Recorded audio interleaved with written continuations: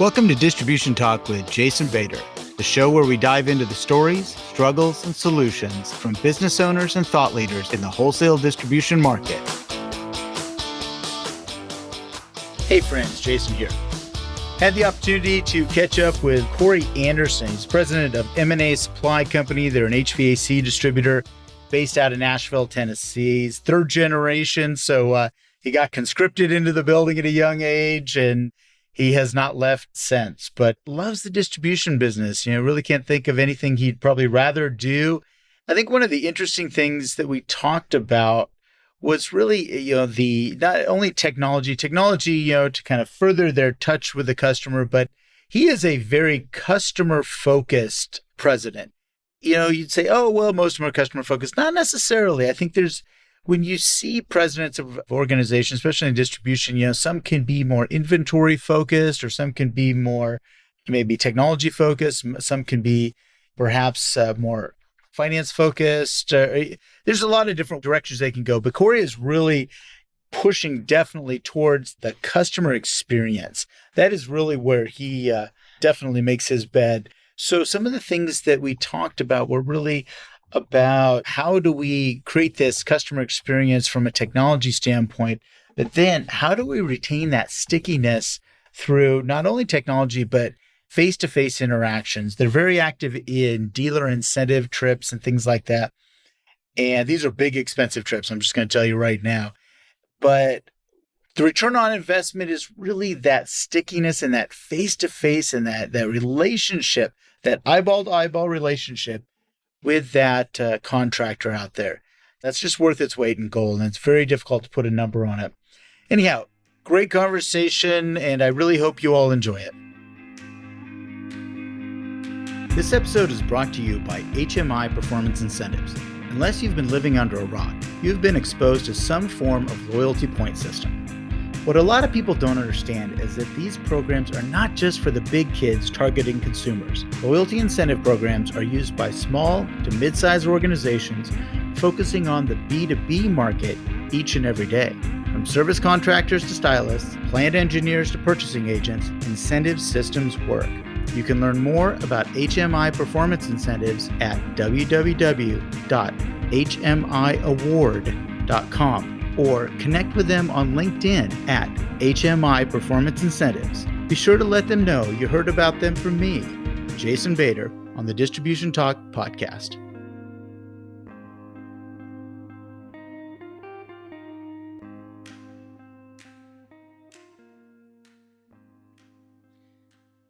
Well, all right, Cory. Hey, thank you so much for being willing to join me on Distribution Talk today. I really appreciate it. Absolutely. Glad to be here. Well, as you know, in Distribution Talk, I'd love to get into the history. Why are you here? Why did you join the business? Or why are you still doing this? So if you wouldn't mind, give us a little history lesson about how you got in. Yeah, absolutely. So M&A Supply is a family-owned company. I'm third generation. So my grandfather started it back in 1969, found it here locally in Nashville. And that's the same area that I've grown up in my whole life. Dad was involved in the business, and then, later on, here I am. Now, with that being said, I've kind of worked a lot of various jobs along the ways. Back like in my high school days during summer breaks, I'd be working in the warehouse. That gave me something to do, a little extra income while I was playing some summer ball back then, and made me really appreciate what those guys and girls do for us. Gave me good appreciation there. And then the next year during summer break, I worked the inside sales counter for a while. It developed a really, really good appreciation for that job as well.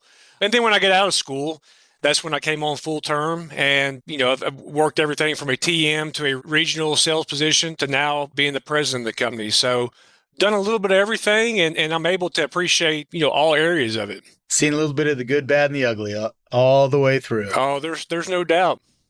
No doubt. So along that journey, what was your favorite job? I mean, even going back, I started when I was 13 years old in the warehouse. I know what that life feels like. What was your favorite job kind of coming through? It's hard to beat a good day as a TM, where you're controlling your own destiny. You're a little bit more selfish in the way you think, but there's good and bad with that.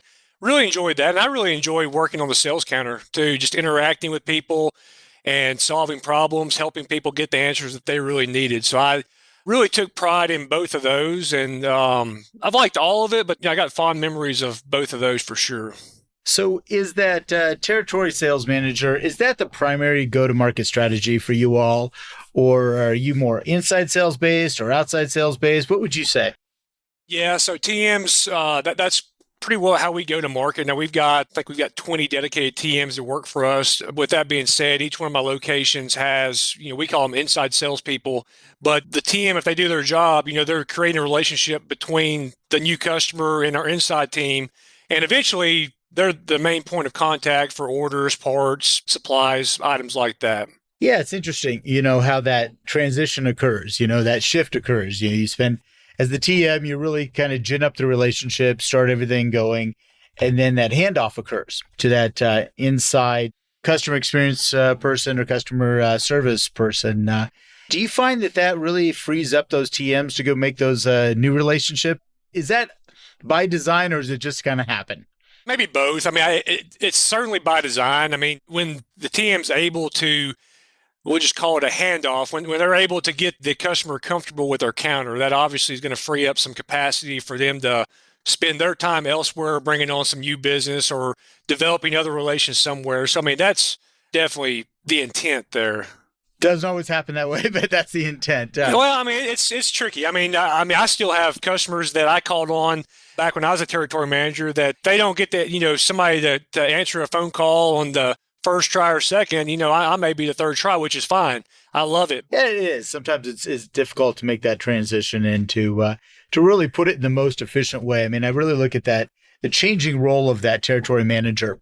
Really, it was the kind of the omnipotent role there, and it really, they controlled the relationship and really managed that relationship. But then now it's really more trying to move that customer into being supported by that inside person who, frankly, has all the resources around them, has all the information around them, and can handle them better so that they can be freed up. I'm more of a believer that territory managers should be out shaking hands, shaking doors, and finding new relationships out there. We've kind of found, too, along with all my other peers in this industry, that little thing called COVID kind of put a halt to what a TM was really doing. And not so much about like being able to go in and meet with people, at least not here in the Southeast, but it had more to do where they were firemen, just putting out fires, with supply chain issues. And that's what we've seen over the last couple of years. I mean, so much of their job is now, hey, do you have this? Or when's this going to be here? Versus playing offense and going out and figuring out how collectively we can all grow sales. Luckily, thankfully, we're getting back into that where, we're being a lot more intentional about what our sales team is doing and our purpose and, how we can help our contractors grow.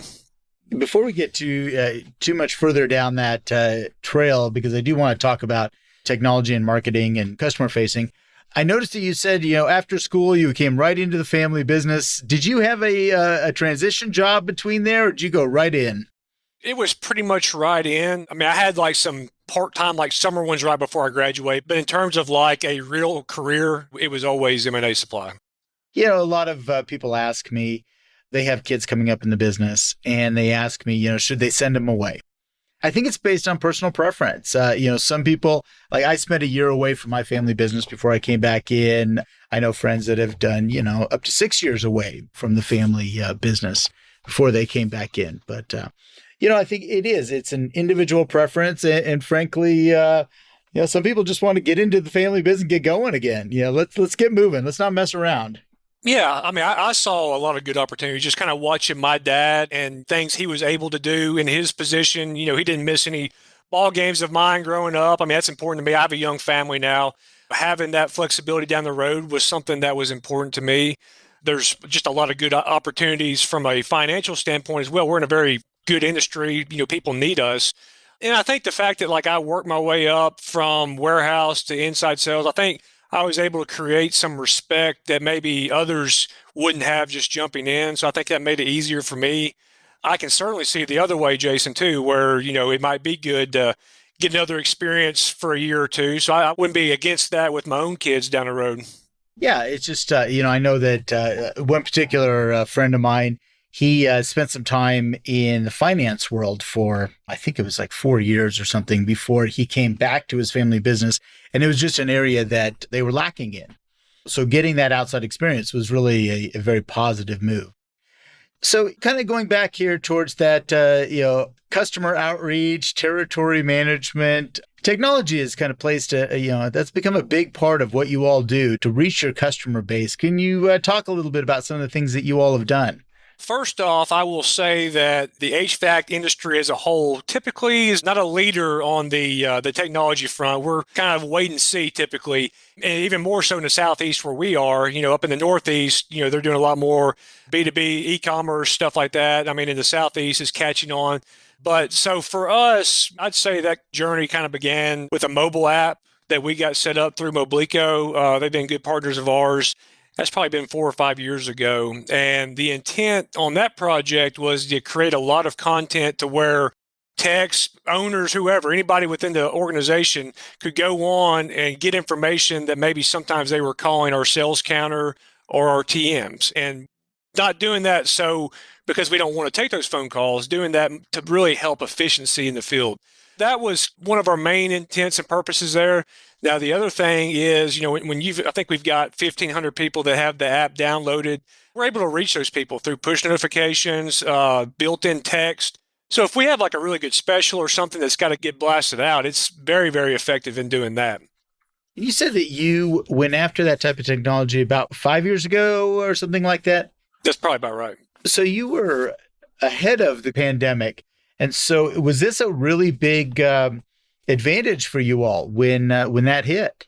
Yes and no. I mean, so in terms of like through our app, you can order. It's not integrated with our ERP, but like it's kind of like some freehand ordering and stuff like that. So we had a pretty good little segment of customers that were already utilizing that when COVID hit, and then it kind of became more important to figure out a way to get orders placed and knowing when stuff was ready to pick up. I think we were in a pretty good position there. We had a 2 or 3 year head start on that. Yeah, I know several companies I've worked with, HVAC, plumbing, a lot of the contractor-related distribution verticals.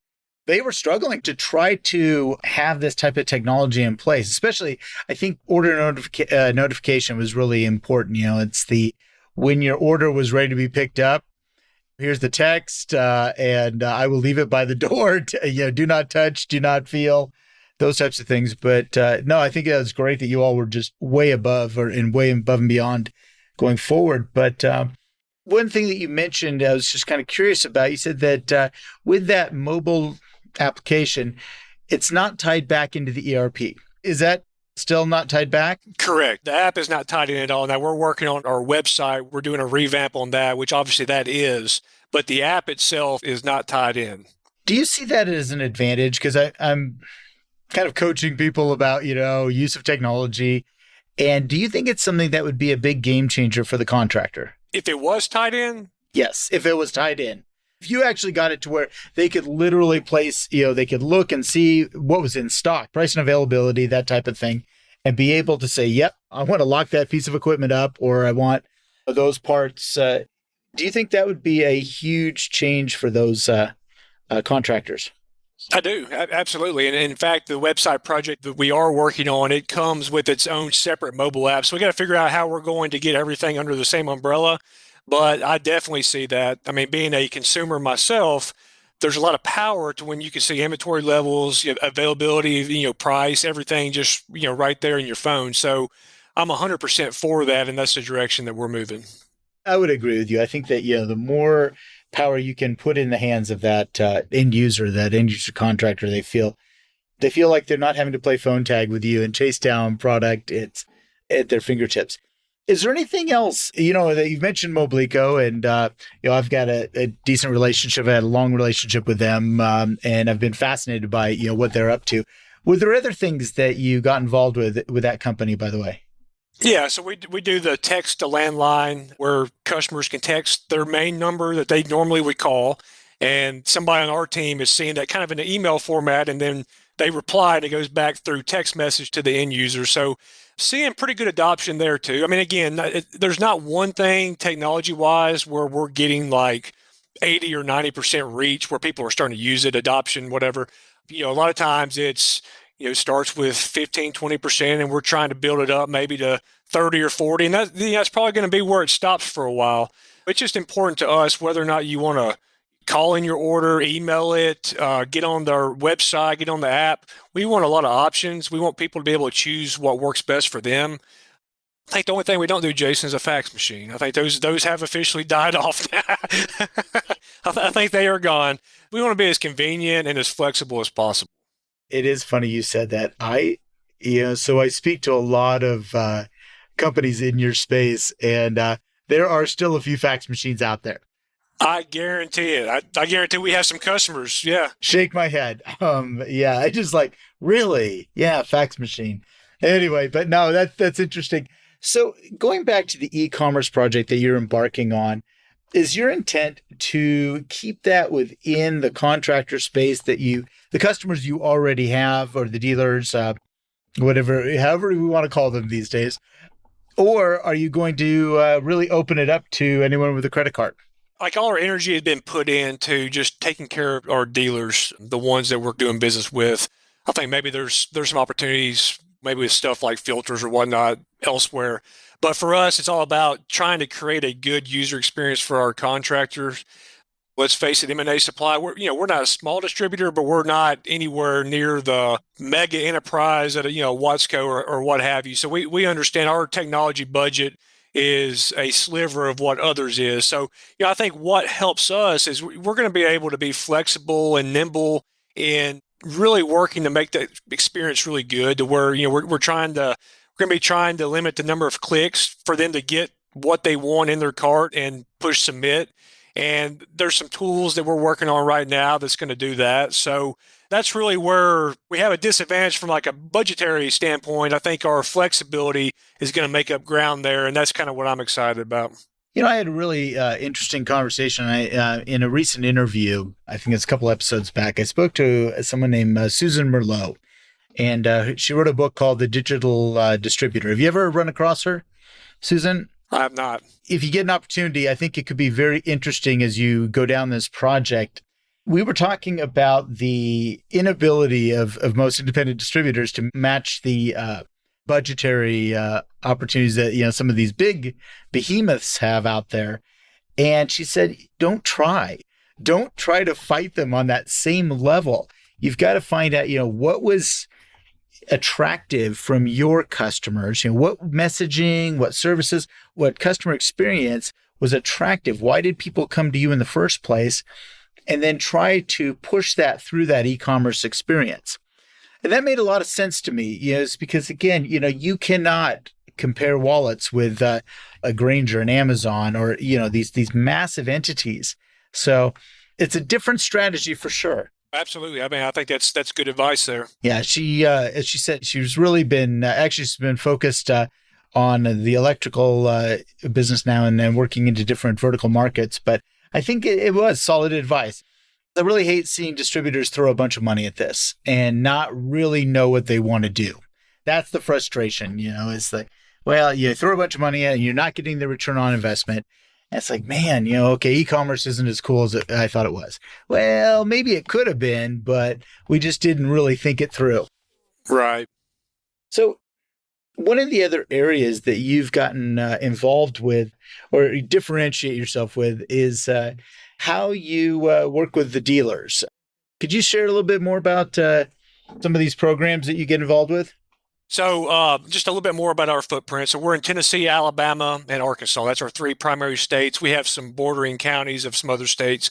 With Tennessee and Alabama, York is our primary unitary line, so for residential and commercial. And then Rude is in Arkansas. So we're dealing with two different major manufacturers kind of within the whole footprint, and their programs are different too, Jason. So, I mean, York has one offering, Rude has another. Both are good. They're just a little bit different.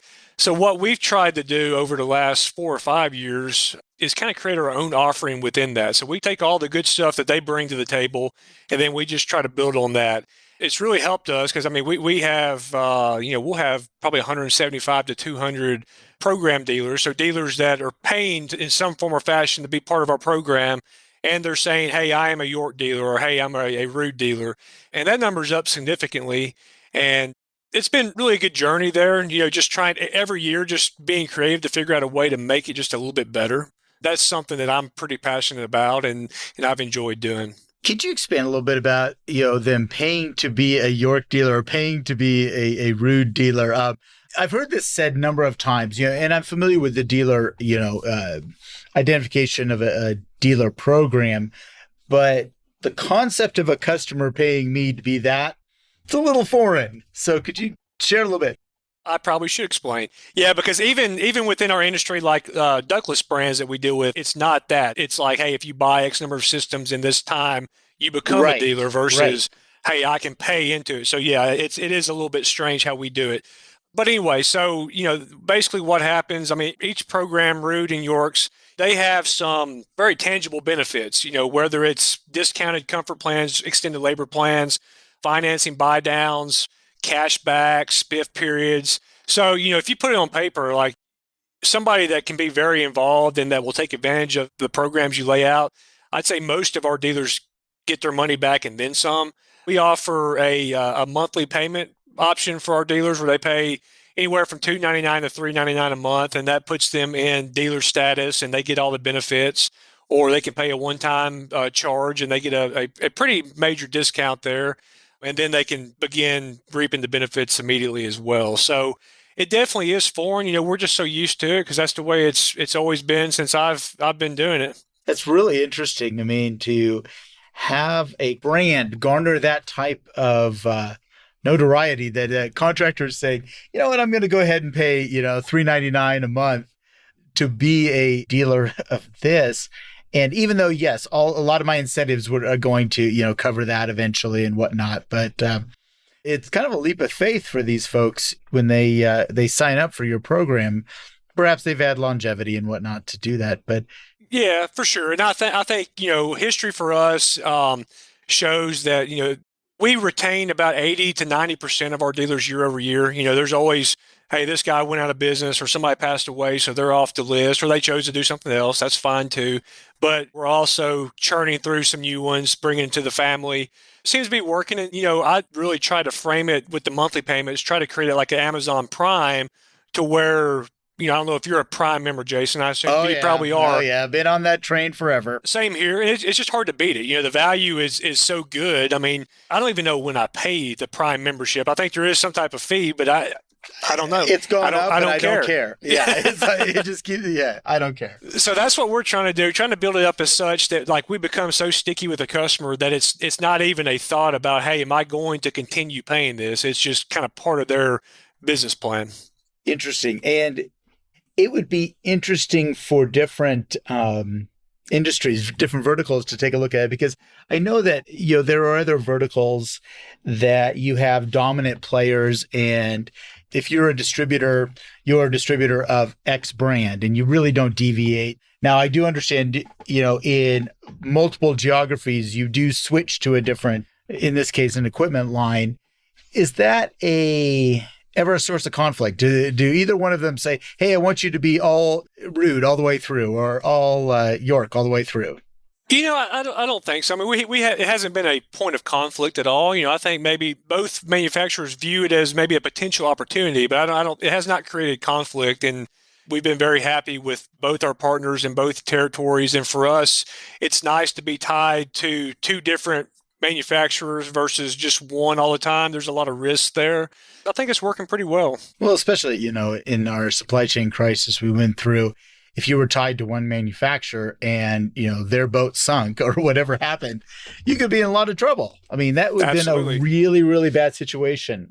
Yep. And we saw some of that, I'm not trying to air out anybody's dirty laundry, but in 2021, Rude had a harder time kind of getting things back on the track. And then where York was not having much issue there. And then last year, there was more problems with York in terms of supply chain. So we definitely felt some of that, but we are, it does give us a little bit of insulation to where at least one of them is kind of running the way we need them to at all times. Are you able to sell into different territories? So can you choose in any one of your locations, can you choose between those manufacturers, or is there kind of a geographic restriction? It is a restriction. It is. So we've got our set of counties or zip codes for each one, and we play within those guidelines. Feels like the tail wags the dog in that case. This is something I've seen in, again, different vertical markets over the years, and it was kind of a shock for me. I remember in the automotive industry, I went down, spent some time with an automotive parts distributor, and it was AC Delco is a very big name in that world. And they're pretty heavy-handed with their distributors. I mean, it's really pretty restrictive. And I just had never experienced that, in the industry I grew up in. And so has that ever been a challenge? I mean, that kind of geographic restriction. What about when you acquire a company? I mean, if you're doing acquisitions or new locations? We haven't done much in the acquisition area. We've purchased one smaller one that was already in our footprint just to give us a little bit more play down there in that area. So we haven't dealt with that so much. And the new branches that we have brought on board, in the last, we'll just call it 10 years, I mean, they've all been within a defined area. So it's been more of opening that branch to just be more convenient and capture more business within something that was already ours to begin with. There was just no way to service it before. Gotcha. We have plenty of territory to do what we need to do for the next 3 or 5 years. But, I think looking ahead 10 years, whatnot, I mean, it'd be nice to probably get a little bit more territory, down the road somewhere with one of the manufacturers.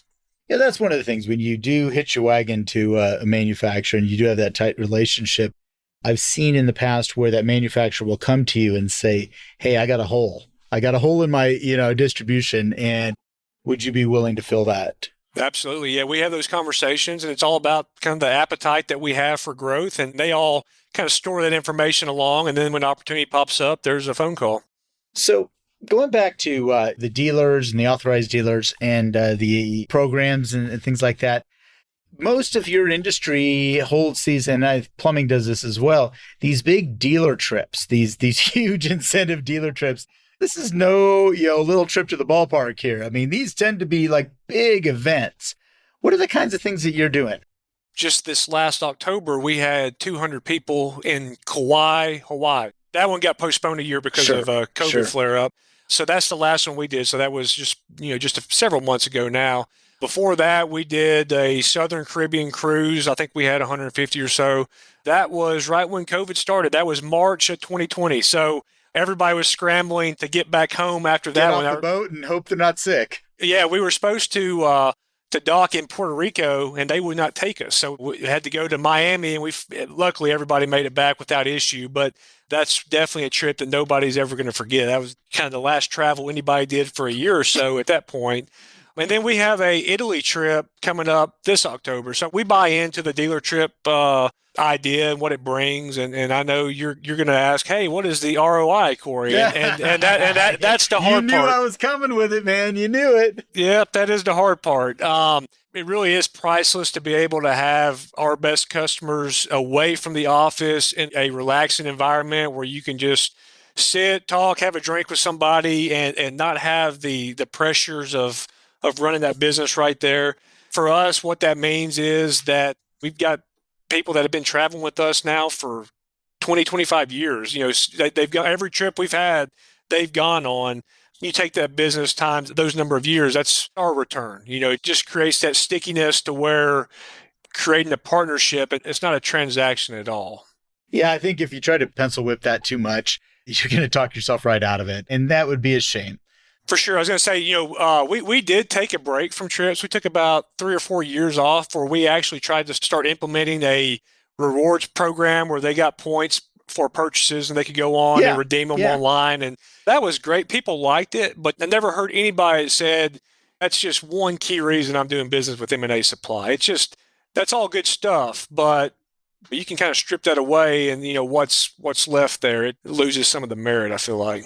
Yeah, it's not an emotional tie. Yeah. I mean, points is like, oh, okay, well, I can go buy a bunch of swag, things out of, and nice things actually, or I can go and do trips, but I'm not tied to the company in that regard. I mean, yes, I might say, oh yeah, I got it because I bought there, but it certainly isn't going to be the eyeball to eyeball experience, of a dealer incentive trip or something like that. Yeah, and getting spouses involved too is a really big deal. I mean, especially when you present your upcoming trip, and then at that point, the pressure is on that customer to make sure they purchase what they need to get there. And we see that all the time. And I mean, it's great. I love the banner back and forth, but just getting time to where my wife can spend time with the wives of some of our really good customers. That's really important too. And it's cool to see them continue to communicate as the year goes by and just kind of keeping in touch. That's pretty special. That's where old Moblico could work, that text push out there to the spouse. And that's right. Hey,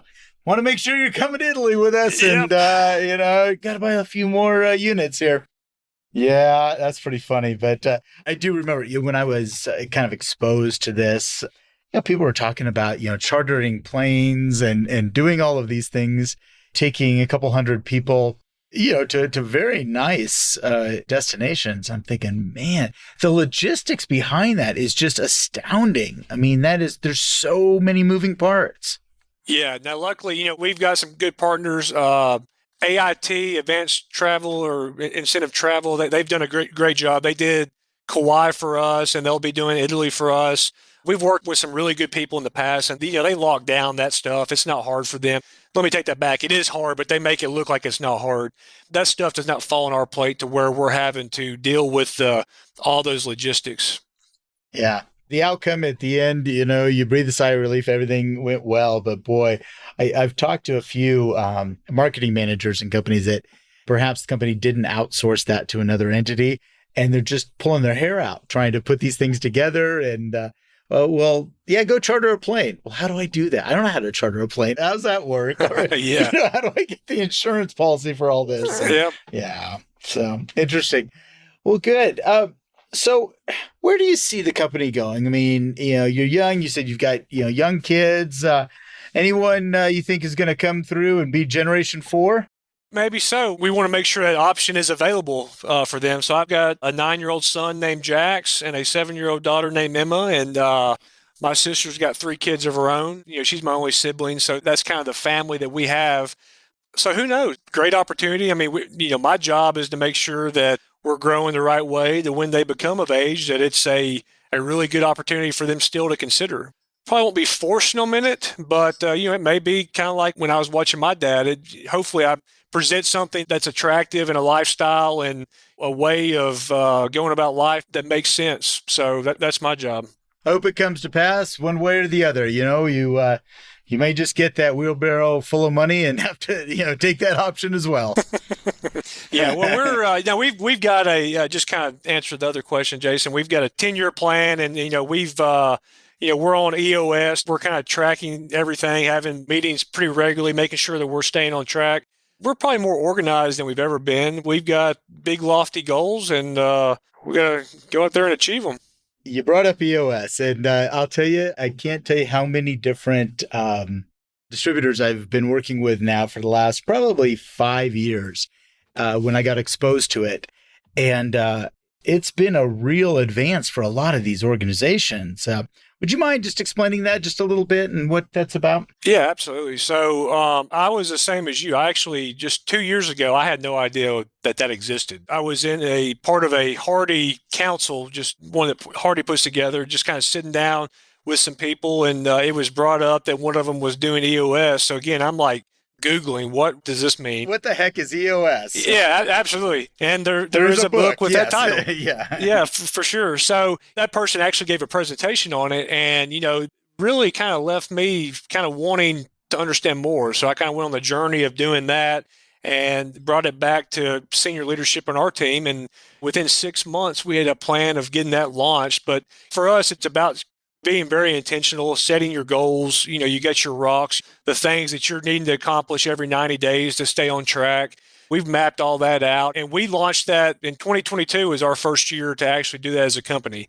I think we've learned how to better do things in terms of our meetings that we have and things like that. We're definitely getting better at it, but yeah, there's just a lot of value in making sure that the company is pulling in one direction, and that's really the whole intent. One of these days, I'm going to have to bring someone on from EOS, from that organization, to talk about, their experience around it, because it sounds fascinating. I mean, literally this morning, I had someone discuss their rocks and things like that. I mean, it comes up now so often. And I think it really, rather than flying by the seat of your pants, which many of our privately held distributors did, and still do, but having this entrepreneur's operating system to guide you in really how to move forward in an organization, that's pretty invaluable. It really is. That same council where I was sitting there hearing about it for the first time, I think there was 20 companies or so represented. And I'd say probably 15 of them were already doing it. So again, I was floored, had no idea. It's been a blessing for us, and we're going to continue pushing down that trail. Excellent. Well, hey, Cory, I really appreciate you taking the time, man, to share with us a little bit about your technology journey and the dealer incentives and things like that. And just absolutely wish you the best going forward. Thank you, Jason. Enjoyed it. All right. You take care. Look forward to seeing you sometime soon. Thank you for listening. If you liked what you heard, consider sharing with your friends and colleagues. And don't forget to follow the show on your favorite podcast application. Links to sponsors, products, and services mentioned during this episode can be found in the show description area or at www.distributiontalk.com. Distribution Talk is edited and mixed by the brilliant team at the Creative Impostor Studios. This episode was brought to you by my company, the Distribution Team. We are a consulting services firm dedicated to helping wholesale distribution clients remove barriers to profitability, generate wealth, and achieve personal goals. To learn more about how we can help your company succeed, check us out at www.thedistributionteam.com.